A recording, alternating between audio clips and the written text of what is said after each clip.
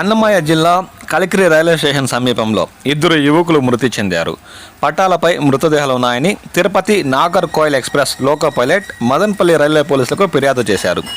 మృతులు సోమల మండలం ఇరుగుపెండికి చెందిన మునికుమార్, కలికిరి మండలం ఆచర్ల కొత్తపల్లికి చెందిన వీరభద్రయ్యగా గుర్తించారు.